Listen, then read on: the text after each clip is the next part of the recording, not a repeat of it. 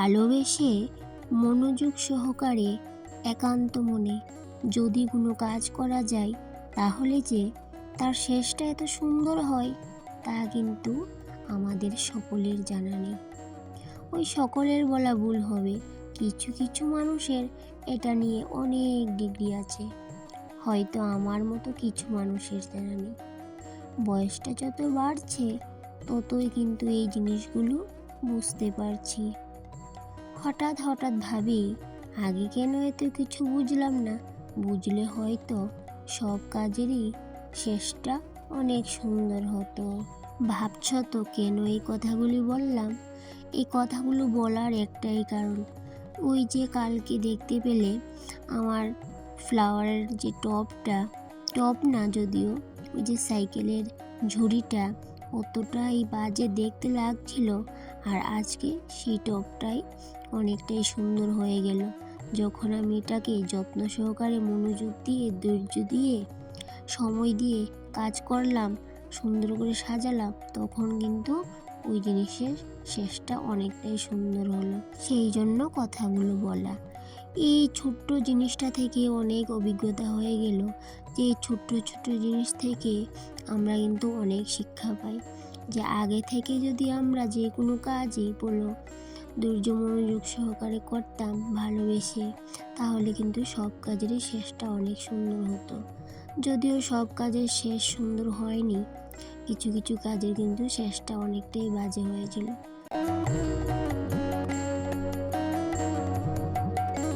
শীতের সকালের কাজগুলো যদি সিরিয়াল মেনটেন করে না করা হয় তাহলে যে আমার কী অবস্থা হয় বলে তোমাদের বোঝাতে পারবো না। একদিন কাজের একটু লড়চড় হয়ে যায়, ওই দিন বেশ আমি পুরো পাগল, পুরো দিশেহারা হয়ে যাই। কোন কাজটা আগে করব কোনটা পরে করব মাথায় কাজ করে না।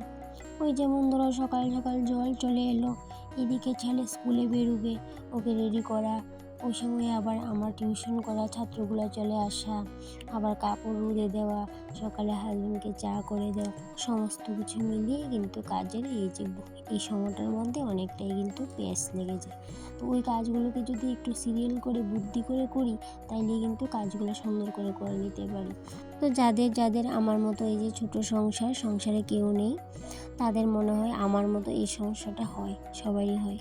আর যাদের ঘরে এক্সট্রা কেউ থাকে, শাশুড়ি বা যে কোনো কেউ থাকে, হয়তো বা ওই টেনশনটা থাকে না, হয়তো তাদের অন্য প্রবলেম থাকে, কিন্তু এই যে সমস্যাটা সেটা কিন্তু আর থাকে না।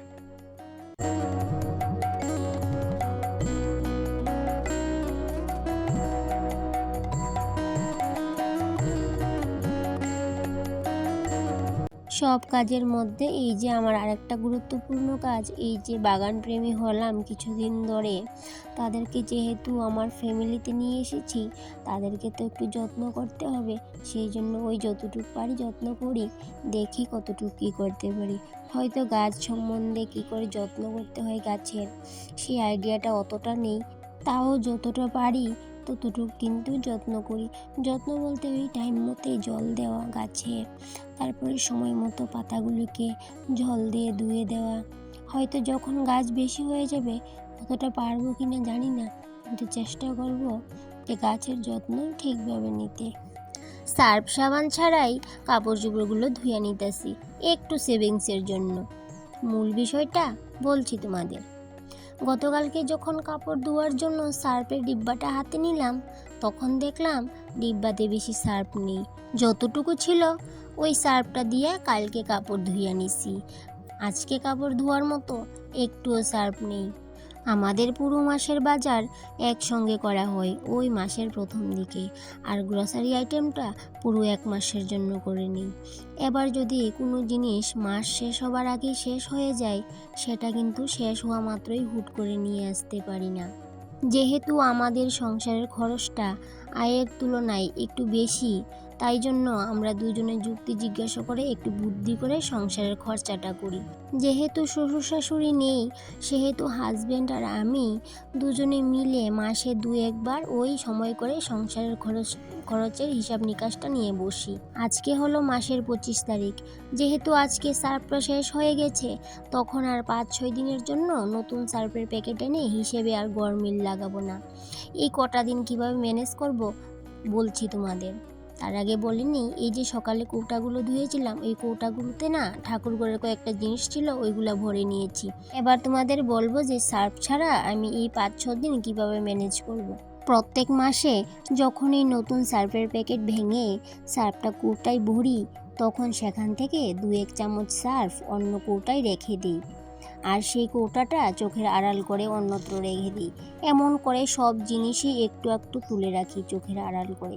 যখন ওই মাস শেষে যে কোনো জিনিসের টান পড়ে, তখনই কিন্তু সেই চোখের আড়াল করা জিনিসের কথা মনে পড়ে। আর তখনই ওই এক্সট্রা করে যেই জিনিসগুলো রেখে দেই তুলে, ওই জিনিসগুলোর কথা মনে পড়ে, আর সেগুলো দিয়ে 2-1 দিন কিন্তু বেশ ভালোভাবে কাটিয়ে নিতে পারি। আর এভাবেই কিন্তু এই যে টানাপোড়েনের সংসারে বুদ্ধি করে সংসারটা চালাই।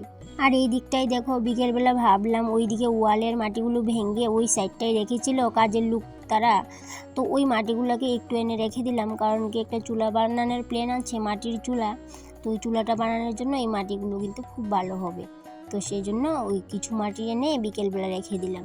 আর এইদিকে দেখো, রাতে কি রান্না করব ভেবে পাচ্ছিলাম না, তাই জন্য যে পেঁপে পাড়ছিলাম গাছ থেকে, ভাবলাম যে রাতে ডালের বড়া করব আর পেঁপে দিয়ে একটা তরকারি করে নেব।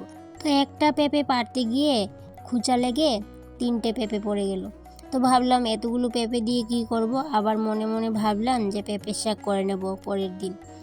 এই যে সংসারের কাজকর্ম নিয়ে এতটাই ব্যস্ত আছি যে বাইরের কোনো কিছু কিন্তু ভাবতে সময়ই পাই না। আর আমি না এই যে সংসারের সেভিংস, তারপরে এই সংসারের কাজকর্ম নিয়ে এতটাই খুশিতে আছি, তাই জন্য কিন্তু ওই যে বাইরের চিন্তাটা মাথায় আসে না, আর ওই সেভিংসের চিন্তাটাই কিন্তু মাথার মধ্যে ঘুরপাক খেতে থাকে। তো যাই হোক বন্ধুরা, আজকের ব্লগটা এই পর্যন্তই। সবাইকে টাটা।